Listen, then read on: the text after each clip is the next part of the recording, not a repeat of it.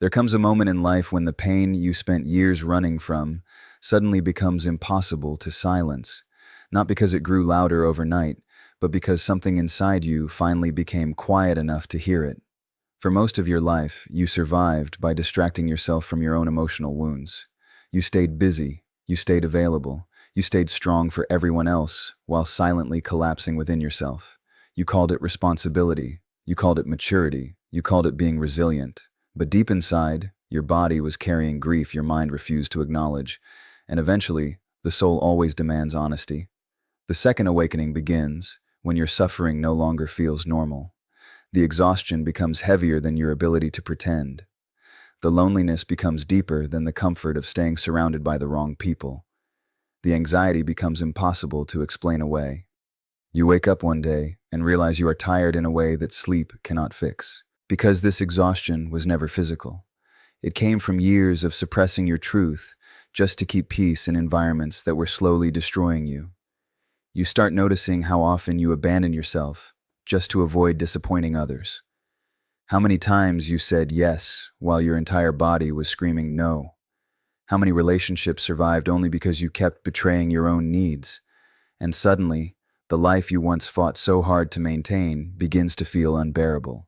Not because you are weak, but because your awareness is growing stronger than your conditioning. Awakening does not begin with peace. It begins with discomfort. It begins with the terrifying realization that you can no longer live disconnected from yourself. The things that once numbed you stop working. The approval that once satisfied you feels empty. The roles you played for survival begin to suffocate you. You realize you were never living freely. You were adapting, performing, pleasing, enduring, becoming whoever you needed to become in order to feel accepted, safe, or loved. And the hardest part is realizing how early this survival began. Many people learned as children that love had conditions attached to it. You learned that being emotional made you too sensitive, that expressing needs made you difficult, that saying no created rejection, so you became hyper-aware of everyone else's emotions while abandoning your own. You learned how to read rooms before you learned how to read yourself. You became the caretaker, the peacemaker, the overachiever, the invisible one, not because it was your true nature, but because survival taught you that authenticity was dangerous. Years later, your adult life still reflects those wounds. You over-explain because you fear being misunderstood. You overgive because you fear being abandoned. You tolerate disrespect because deep down you still believe losing people would hurt more than losing yourself. And eventually, the pain of self-abandonment reaches a breaking point. That breaking point is not your destruction, it is your awakening. Because the moment you can no longer tolerate the life that once kept you emotionally asleep is the exact moment healing quietly begins. The pain you feel is not evidence that you are broken. It is evidence that your soul is refusing to stay numb any longer. What hurts is not only what happened to you. What hurts is realizing how long you convinced yourself it was acceptable. You begin grieving the years you spent shrinking yourself to fit inside other people's comfort. You grieve the relationships where you gave everything and still felt unseen. You grieve the version of yourself that thought suffering was proof of loyalty. You grieve how often you ignored your intuition just to keep people from leaving. And grief like this changes a person forever. Because once you truly see your pain, you cannot unsee it. You start recognizing how trauma shaped your identity, how fear disguised itself as love, how anxiety disguised itself as responsibility, how perfectionism disguised itself as worthiness. You realize you spent years trying to earn the right to exist without guilt, trying to become good enough for people who were emotionally incapable of loving you properly in the first place. And this realization creates anger, not toxic anger, sacred anger, the kind of anger that finally says, I deserved better than what I accepted. The kind of anger that begins breaking generational cycles. The kind of anger that stops apologizing for having emotional needs. Because awakening is not becoming someone new. Awakening is remembering who you were before pain taught you to disconnect from yourself. For the first time, you begin listening to your body instead of overriding it. You notice the tension in your chest around certain people. You notice how drained you feel after pretending to be okay. You notice the exhaustion that comes from constantly performing strength while carrying silent heartbreak. And slowly, you stop forcing yourself to tolerate what your spirit no longer aligns with. This is why awakening feels lonely before it feels freeing.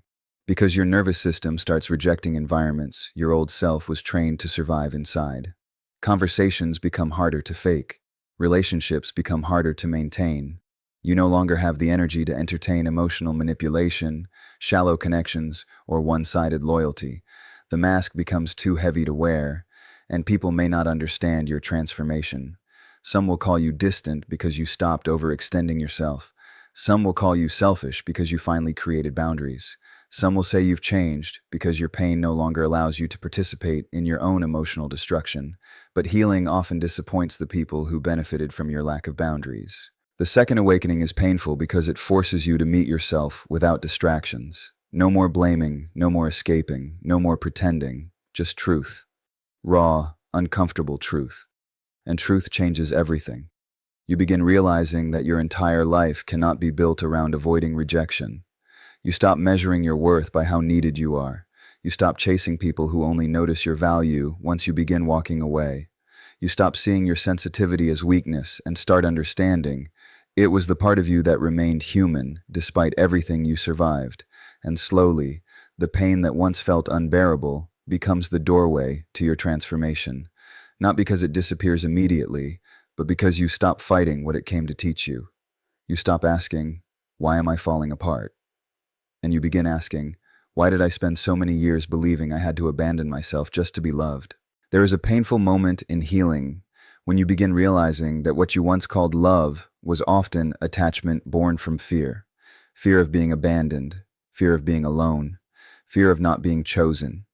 And this realization shakes the foundation of your entire emotional world because you suddenly understand that many of your deepest relationships were not built on mutual peace, safety, or truth. They were built on survival. For years, you confused emotional intensity with love. You thought constantly thinking about someone meant they were important to your soul. You thought anxiety meant passion. You thought waiting, chasing, proving, sacrificing, and tolerating pain were signs of commitment. But attachment speaks the language of fear, while love speaks the language of freedom. And until you heal the wounds inside you, attachment can easily disguise itself as devotion. Attachment says, "I need you so I can feel whole." Love says, "I choose you while still remaining connected to myself." Attachment is terrified of loss because it believes losing someone means losing identity, worth, or safety. Love understands that connection should never require self-destruction, but many people were never taught the difference. They grew up believing love had to be earned through performance, silence, sacrifice, or emotional endurance. So they entered relationships carrying childhood wounds disguised as loyalty. They became addicted to emotionally unavailable people because inconsistency felt familiar. They confused longing with connection because their nervous system had learned to chase what it could never fully receive. They stayed in relationships where they felt emotionally starved because deep inside, they believed love was supposed to hurt. And the second awakening begins when you finally see the pattern. You begin noticing how much of your love was actually fear of being left behind. How often you stayed attached to people who repeatedly wounded you simply because the thought of losing them felt unbearable. You tolerated disrespect, not because you lacked intelligence, but because your nervous system had associated emotional pain with emotional connection long before you became an adult. This is why awakening feels heartbreaking, because you are not only grieving people, you are grieving illusions. You are grieving the fantasy that if you loved hard enough, sacrificed enough, waited long enough, someone would finally choose you in the way you always needed. You are grieving the younger version of yourself that believed overgiving could secure safety. You are grieving the exhausting cycle of trying to earn what should have been freely given. And suddenly, your relationships begin looking different through awakened eyes. You start recognizing how attachment made you abandon yourself, how you ignored red flags because loneliness felt scarier than disrespect, how you stayed loyal to people who only loved the version of you that required nothing, how you silenced your needs to avoid conflict, how you accepted emotional breadcrumbs while convincing yourself you were asking for too much. But love never asks you to disappear in order to keep someone comfortable. Real love does not make you afraid to express emotions. It does not punish vulnerability. It does not leave you emotionally starving while demanding endless understanding from you. Love creates safety. Attachment creates anxiety. Love allows honesty. Attachment survives through fear and control. And when you begin healing, your body starts recognizing the difference before your mind fully understands it. You begin feeling exhausted around people you once chased endlessly. You begin noticing how certain relationships only survive when you betray your own boundaries. You begin realizing that some people were never attached to the real you. They were attached to your ability to overextend, overgive, overforgive, and overstay. This awareness changes everything, because once you stop confusing attachment with love, you stop romanticizing suffering, you stop calling emotional inconsistency chemistry, you stop calling emotional unavailability mysterious, you stop calling emotional neglect independence, you stop shrinking yourself to fit into relationships that only work when you are silent about your pain. And this transformation feels terrifying at first because attachment always fears separation. Even unhealthy attachments can feel emotionally addictive. Your mind may know someone hurts you, but your nervous system still craves the familiarity of the connection. This is why people often return to relationships that break them, not because they enjoy pain, but because pain became emotionally familiar long before they understood what healthy love looked like. Healing forces you to confront this truth. You begin asking yourself difficult questions. Was it really love if you constantly felt unsafe expressing your needs? Was it really love if you had to beg for consistency? Was it really love if your self-worth depended entirely on their validation? Was it really love if losing them felt like losing yourself completely? And for many people, the answer shatters them, because they realize they spent years fighting to keep connections that were slowly destroying their spirit. They realized they were emotionally attached to potential, fantasy, hope, memories, or trauma bonds rather than genuine intimacy. They realized they confused being needed with being loved.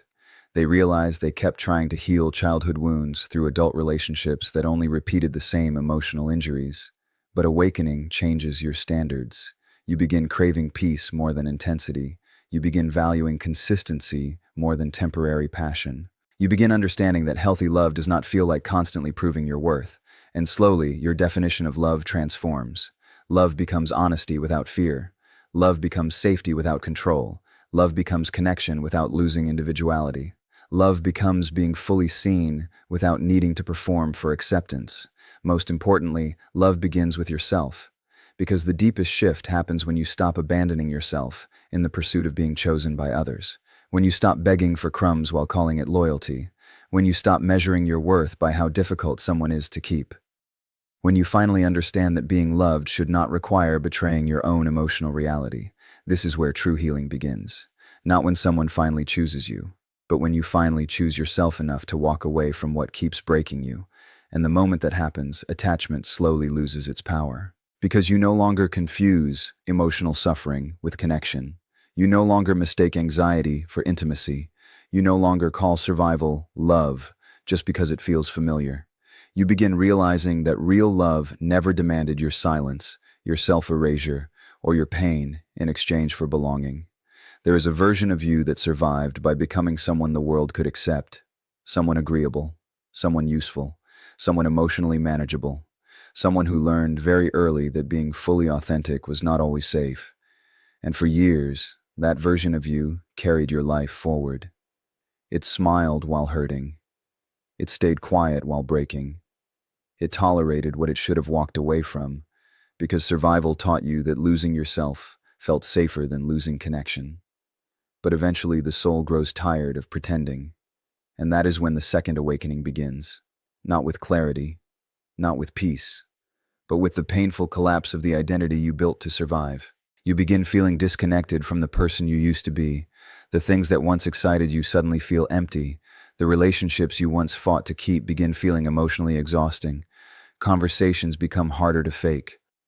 You notice yourself pulling away from environments where you once forced yourself to belong. And deep inside, a quiet panic starts rising because you no longer recognize the version of yourself that everyone else is familiar with. This is the terrifying part of transformation that nobody talks about. The old self does not disappear gracefully. It fights for survival, because the personality you created through trauma believes it is protecting you. The people pleaser believes it is keeping you loved. The perfectionist believes it is keeping you worthy. The overthinker believes it is keeping you safe.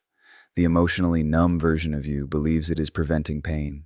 Every coping mechanism you developed once served a purpose. It helped you survive situations that overwhelmed your nervous system. It helped you endure rejection, criticism, neglect, abandonment, chaos, or emotional unpredictability. But survival identities eventually become prisons. And one day, your soul begins rejecting the very patterns that once protected you. You notice how exhausted you feel after pretending to be okay. You notice how heavy it feels to constantly shape yourself around other people's expectations. You notice how much energy it takes to suppress your truth just to avoid conflict, rejection, or disapproval. And slowly, the mask begins cracking.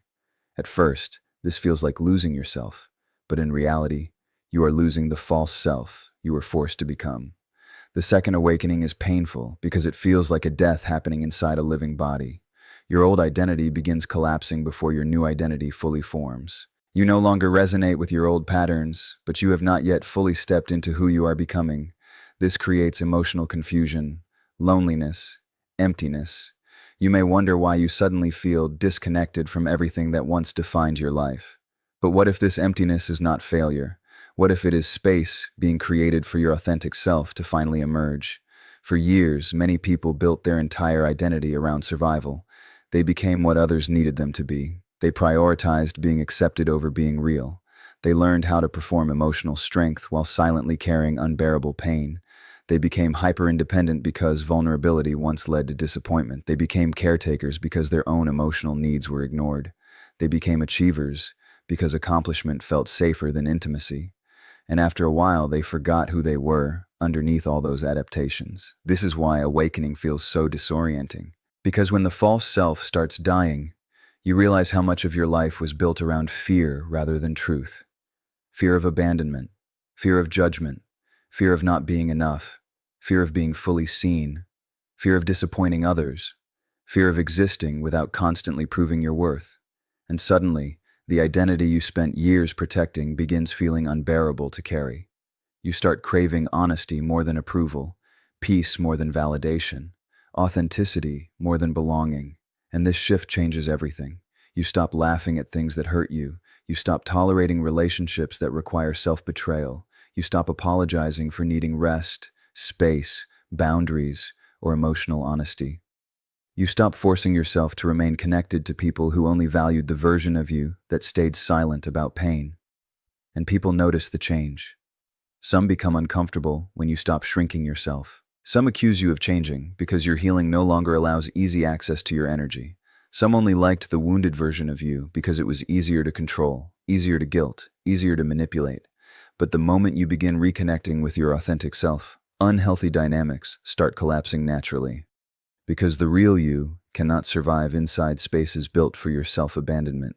And still, despite this transformation, grief remains part of the process. You grieve the old identity even when it was hurting you. You grieve the relationships tied to that identity. You grieve the years spent disconnected from your own needs. You grieve how long you believed your survival mask was your personality. This grief can feel overwhelming because healing is not just gaining yourself back. It is mourning every version of yourself that had to suffer in silence to keep going. You begin remembering how often you ignored your intuition just to stay loved. How often you silenced your emotions because you feared rejection. How often you accepted emotional crumbs while convincing yourself you were asking for too much. And suddenly, the person you used to be starts feeling unfamiliar. Not because you are becoming cold, but because you are becoming real. The second awakening strips away illusions. It removes the emotional armor you once depended on. And without that armor, you may temporarily feel exposed, uncertain, and emotionally raw. But this vulnerability is not weakness. It is evidence that you are finally reconnecting with the parts of yourself you buried for survival. The authentic self does not emerge through comfort. It emerges through truth, through painful honesty, through confronting the patterns that once controlled your life, through realizing that many of your choices came from wounds, not freedom. And the deeper you heal, the less willing you become to betray yourself for temporary acceptance. You stop chasing people who require you to earn basic respect. You stop forcing connection where there is no emotional safety. You stop explaining your worth to those committed to misunderstanding you. You stop needing everyone to approve of your transformation. Because something inside you finally understands that peace is more valuable than performance. And little by little, the real you begins returning. The version of you that existed before survival became your identity. The version of you that feels deeply without shame. The version of you that no longer apologizes for taking up space. The version of you that trusts intuition instead of abandoning it. The version of you that no longer confuses suffering with love. The version of you that does not need to perform exhaustion in order to feel worthy. This rebirth is quiet at first, not dramatic, not loud, just small moments where you begin choosing yourself in ways you never could before. Moments where you say no without guilt. Moments where you stop over-explaining your boundaries. Moments where you allow yourself to rest instead of constantly proving your value through sacrifice. Moments where you realize you no longer want to survive life. You finally want to live it. And the person you once were slowly fades away, not because they were weak, but because they carried pain for so long that becoming someone else was the only way they knew how to survive, until the real you was finally strong enough to return